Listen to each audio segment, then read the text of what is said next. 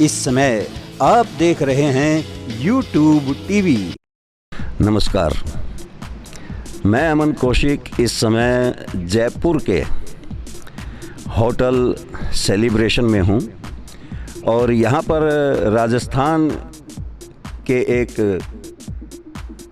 Congress party के सक्रिय कार्यकर्ता के रूप में श्री रामलाल लील हमारे साथ में हैं और इनसे हम जानना चाहेंगे कि राजस्थान के अंदर गहलोत सरकार किस प्रकार से सरकार चला रही है, आम जनमानस कितना खुश है, वे कौन सी नीतियां हैं, वे कौन सी पॉलिसीज हैं जो आम जनमानस के लिए गहलोत सरकार ने बनाई हैं, जिन पर गहलोत सरकार काम कर रही है।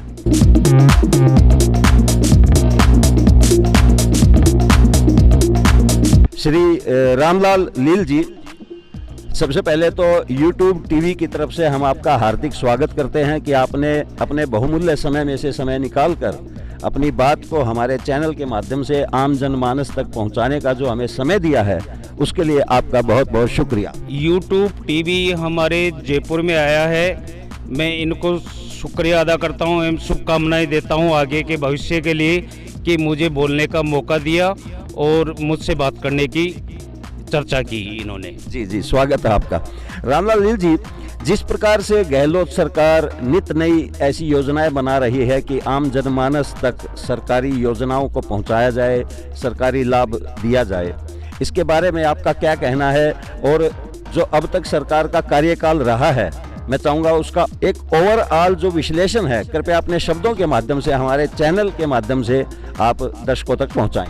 जी, राजस्थान में जब 98 में अशोक गहलोत साहब सीएम बने थे, तब उनकी इतनी बढ़िया योजनाएं थी, इतना बढ़िया कार्यकाल था। 2003 तक गांव-गांव, ढाणी-ढाणी तक अफसरों को, कलेक्टरों को, जनता को राहत सेवाएं दी उन्होंने और बहुत राजस्थान को नंबर 1 बनाने की कोशिश की। तब जाके राजस्थान नंबर 1 बना। तब देश में अटल जी प्रधानमंत्री थे, तो उन्होंने राजस्थान में नंबर 1 मुख्यमंत्री का दर्जा अशोक जी गहलोत साहब को दिया। फिर 2008 में जब दोबारा वो चीफ मिनिस्टर बने, तो बहुत ही जनता को, राजस्थान को आगे लाए और राजस्थान की सुख समृद्धि की काफ़ी घोषणाएं की। उन्होंने काफ़ी योजनाएं लागू की राजस्थान में, कई जगह सड़कों का काम किया, कई जगह बड़े बड़े हॉस्पिटल, कई जगह सुविधाएं दी, कॉलेजें खोली, बहुत बढ़िया काम किया। और अब तीसरे कार्यकाल में 2018 में वो जब चीफ मिनिस्टर बने, तो उन्होंने कई योजनाएं अपने मन में ठान रखी थी वो लागू करने की। तो उसके अंतकाल में एक कोरोना का ऐसा योग आ गया अपने देश में, तो उससे निपटने में गहलोत साहब को 1.5 साल लगे राजस्थान में। लेकिन राजस्थान की जनता को न तो किसी की मौत होने दी बीमारी से कोरोना काल में, न किसी को भूखा सोने दिया। चाहे जनता की सेवा हो, चाहे राजस्थान सरकार की सेवा हो, मिलजुल के उन्होंने काफ़ी लोगों से मदद मांगी, काफ़ी लोगों ने सहयोग किया और काफ़ी लोग उनकी सहायता के लिए खड़े रहे। आज राजस्थान वो मॉडल बन गया है नंबर 1 कि राजस्थान पहला स्टेट है इंडिया में जो आज देश में भी लागू नहीं है। सबसे पहले पुरानी पेंशन योजना आज मुख्यमंत्री जी अशोक जी गहलोत साहब ने लागू की है वो राजस्थान में, और वो प्रधानमंत्री देश के मोदी जी को भी यही सलाह दे रहे हैं कि आप पुरानी पेंशन योजना चालू करो, जिससे लाखों करोड़ों युवाओं को, माता बहनों को, उनको घर में सुविधा मिले और उनके बच्चे अच्छी तरह पढ़े और उनकी पुरानी पेंशन योजना चालू करो। और एक राजस्थान ऐसा मॉडल राज्य स्टेट है जहाँ मुख्यमंत्री जी अशोक जी गहलोत साहब ने चिरंजीवी योजना में 5 लाख था पहले तो, और 5 लाख से बढ़ा के अब 10 लाख तक का इलाज फ्री कर दिया है। इससे कोई भी गरीब वंचित नहीं रह सकता इलाज के लिए, किसी की भी मौत नहीं हो सकती है। बाकी भगवान खुदा है, भगवान ही रक्षा करता है सबकी। लेकिन अशोक जी गहलोत साहब ने सड़कों में नंबर 1 काम किया, देश को, राजस्थान को नंबर 1 बनाने की कोशिश की है। आज देश में अगर कांग्रेस में देश में नेता है गांधी परिवार के नीचे, तो अशोक गहलोत है।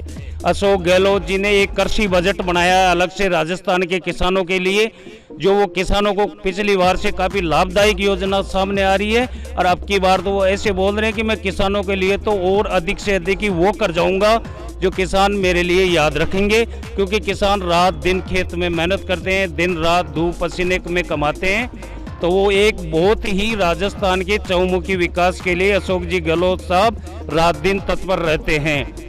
तो अशोक जी गहलोत साहब ने कई योजनाएं लागू की है और अब आने वाला बजट ऐसा होगा जिससे आसपास की जनता को, राजस्थान की जनता को चहुमुखी विकास होगा और हमारी सरकार वापस रिपीट होगी।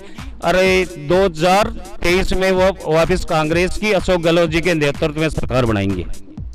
रामलाल जी, आप भी सांगानेर से चाहते हैं कि आपको एक विधायक के तौर पर काम करने का मौका मिले, तो इस कार्यक्रम के माध्यम से, इस मुलाकात के माध्यम से हम ये जानना चाहते हैं कि सांगानेर में वे कौन सी प्राथमिकताएं हैं जिनको आप पूरा करना चाहते हैं। मैं सबसे पहले तो ये बताना चाहता हूँ कि सांगानेर का दुर्भाग्य रहा है, सांगानेर में आज तक ही बाहर के लोगों को टिकट दिया गया है या लोकल क्षेत्र के किसी भी व्यक्ति को आज तक टिकट नहीं दिया गया। सांगानेर में सबसे पहली प्राथमिकता मेरी ये रहेगी कि सांगानेर एक जयपुर शहर की गुलाबी नगरी विधानसभा क्षेत्र है, उपनगरी विधानसभा क्षेत्र है। तो मेरी सबसे पहली प्राथमिकता ये रहेगी यहाँ पे जो सेक्टर सड़कें बनी है 200 फीट की 4-5 सांगानेर विधानसभा क्षेत्र में, उनको निकलवाना। एक सांगानेर में साफ सफाई, नाली, साफ सुथरी सड़कें और सांगानेर को एक गुलाबी उपनगरी के रूप में मैं देखना चाहता हूँ। तो वहाँ पर जो आम जनमानस है उसको आपका किस प्रकार से प्यार और स्नेह मिल रहा है? जनता का ये स्नेह है और हमने बड़े बड़े नेताओं को, राष्ट्रीय लेवल के नेताओं को, गहलोत साहब को, सबको ये बता दिया है कि जब तक आप सांगानेर विधानसभा क्षेत्र से मजबूत प्रत्याशी, स्थानीय व्यक्ति नहीं उतारोगे तो ये 25 साल से सीट हार तैयारी है और आगे भी यही स्थिति रहेगी। तो जनता भी ये चाहती है कि यहाँ का स्थानीय व्यक्ति हो जो हमारी सुने, हमारी बात माने, हमारे घर पे आए, हमारी समस्या को सुने। इसलिए जनता का हमारे प्रति खूब रुझान है और जनता यही चाहती है कि स्थानीय प्रत्याशी को टिकट मिले। राजस्थान में अशोक जी गहलोत साहब ने इतनी योजनाएं लागू की है कि आज किसानों के लिए 50,000 किसानों का, 50,000 राजस्थान के किसानों का जीरो बैलेंस बिल आ रहा है कृषि पे। कोई उनसे चार्ज नहीं लिया जा रहा है, कोई कुछ भी नहीं लिया जा रहा है। ये राजस्थान में पहली योजना है, पहली स्टेट है जो बढ़िया योजना चालू की है राजस्थान में। ऐसी कई जल कल्याणकारी योजनाएं राजस्थान में लागू करना चाहते हैं अशोक गहलोत साहब, जो आज तक देश में भी लागू नहीं है। इसलिए मैं इनको, अशोक गहलोत जी को जननायक नेता, एक बहुत ही बड़ा कांग्रेस का, गांधी परिवार का वफादार नेता कहना चाहता हूँ। रामलाल जी, मैंने कल देखा कि यहाँ पर एक बोर्ड लगा हुआ था कि 8 रुपए में भरपेट खाना खाइए। ये क्या स्कीम है, इसके बारे में और बताइए। ये अशोक जी गहलोत साहब ने एक मन में बात ठानी कि इंदिरा रसोई के नाम से इन्होंने योजना चालू की कि जो सड़कों पे गरीब लोग, अनाथ लोग, बिल्कुल बेचारा लोग रहते हैं, तो उन्होंने एक सोचा, जब वो राजस्थान में घूम रहे थे तब उन्होंने देखा कि काफ़ी लोग भूखे पड़े रहते हैं, 2-2 दिन से खाना नसीब नहीं होता है। तो उन्होंने एक इंदिरा राजस्थान रसोई योजना के नाम से चालू की, जो आज भरपेट बढ़िया स्वादिष्ट खाना राजस्थान में मिल रहा है गरीबों को। कोई भी सड़क पे, कोई भी, हमारा जगह जगह पूरे राजस्थान में खोल दी गई है कि कोई भी भूखा नहीं रहे, कोई भी भूखा न सोए। रोजगार को हम लेकर के यदि बात करें तो रोजगार के अवसर लोगों को उपलब्ध हों, युवाओं को नौकरी मिले, इस पर और आप, मैं चाहूँगा आपके 2 शब्द। राजस्थान में 2018 से लेकर अब तक गहलोत साहब ने 2 लाख युवाओं को नौकरी दे दी है और 2.5 लाख युवाओं को और नौकरी देने का मानस बना रखा है उन्होंने कि अब आने वाले इस 12 महीने के पीरियड में वो इतनी योजनाएं लागू करेंगे राजस्थान में कि कोई भी युवा बेरोजगारी से वंचित न रहे। यदि राहुल गांधी जी की भारत जोड़ो यात्रा की बात न करें तो ये आपका, हमारा इंटरव्यू अधूरा रहेगा। इस यात्रा पर मैं चाहूँगा 2 शब्द आपसे। राहुल गांधी जी ने भारत जोड़ो यात्रा कन्याकुमारी से लेके कश्मीर तक का जो सपना लिया है और चालू किया है, वो बहुत ही बढ़िया, सराहनीय है कि राहुल गांधी जी को ये पता चल गया है कि जमीन पे झोपड़ी में किसान रहता है, झोपड़ी में आदिवासी रहता है, गरीब किसान रहता है, रात को खेती करता है, कोई सड़कों पे तंबू लगा के रहता है।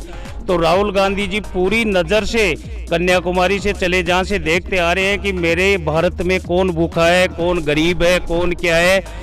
सिर्फ विपक्षी पार्टी मोदी जी का सपना ये है कि वो अंबानी अडानी से हाथ मिलाते हैं। हमारे राहुल जी गरीब, अनाथ, विकलांग सभी से मिलते जुलते आ रहे हैं और उनका एक ही सपना है कि मेरा भारत एक जगह जुड़ जाए और मेरा भारत अखंड रहे और भारत मजबूत रहे। इसलिए यूट्यूब टीवी का भी मैं शुक्रिया धन्यवाद देना चाहता हूं कि इस मौके पे मुझे बुलाना चाहा और मेरी मन की बात सुनी। इसके लिए शुक्रिया, बहुत बहुत धन्यवाद। दोस्तों, जैसा कि श्री रामलाल लील जी ने अपने विचार व्यक्त किए हैं गहलोत सरकार के कार्यकाल के बारे में, और इनका जो गृह नगर है सांगानेर, ये चाहते हैं कि वहाँ भी इनको विधायक के तौर पर सेवा करने का अवसर प्रदान किया जाए। हमारा यह कार्यक्रम, हमारी यह मुलाकात आपको कैसी लगी, आप अपने विचारों से कमेंट्स के माध्यम से हमें सूचित ज़रूर कीजिएगा। एक और शख्सियत के साथ मैं एक बार फिर आपके सामने पेश हूँगा। तब तक मुझे अमन कौशिक को दीजिए इजाज़त। जय हिंद। जय हिंद, धन्यवाद।